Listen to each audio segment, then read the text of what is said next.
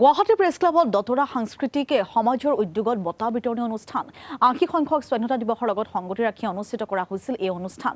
আজি গুৱাহাটী প্ৰেছ ক্লাবত অনুষ্ঠিত কৰা হয় বঁটা বিতৰণী সভা। কেইবাটাও শিতানত অংশগ্ৰহণ কৰা ছাত্ৰ-ছাত্ৰীসকলক বঁটা বিতৰণ কৰা হয়। লগতে অনুষ্ঠানতে পৰিৱেশন কৰা হয় বন্দে মাতৰম গীতকে ধৰি কেইবাটাও সাংস্কৃতিক অনুষ্ঠান।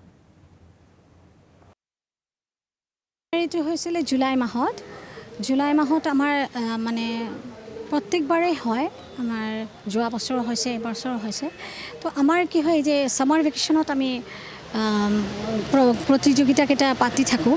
ভূপেন্দ্ৰ জ্যোতি ৰাভা ৰবীন্দ্ৰ সংগীত আৰু নৃত্য আৰু আৰ্টৰ এইবিলাক আমাৰ ইয়াতে আজি মানে প্ৰাইজ ডিষ্ট্ৰিবিউশ্যনটো হ'ল। আৰু লগতে 150th বন্দে মাতৰমক আমি চেলিব্ৰেট কৰিলোঁ। পূৰা মানে ফুল ভাৰ্চনটো গোৱা হ'ল। বিভিন্ন ষ্টেটৰ পৰা আমাৰ ডিপিক্ট কৰা হ'ল উইথ দেয়াৰ ট্ৰেডিশ্যনেল ড্ৰেছ। আৰু আমাৰ 15th আগষ্ট মানে আমাৰ 80th ইণ্ডিপেণ্ডেন্স ডে উপলক্ষতো আমি অলপ মানে চেলিব্ৰেট কৰিলোঁ।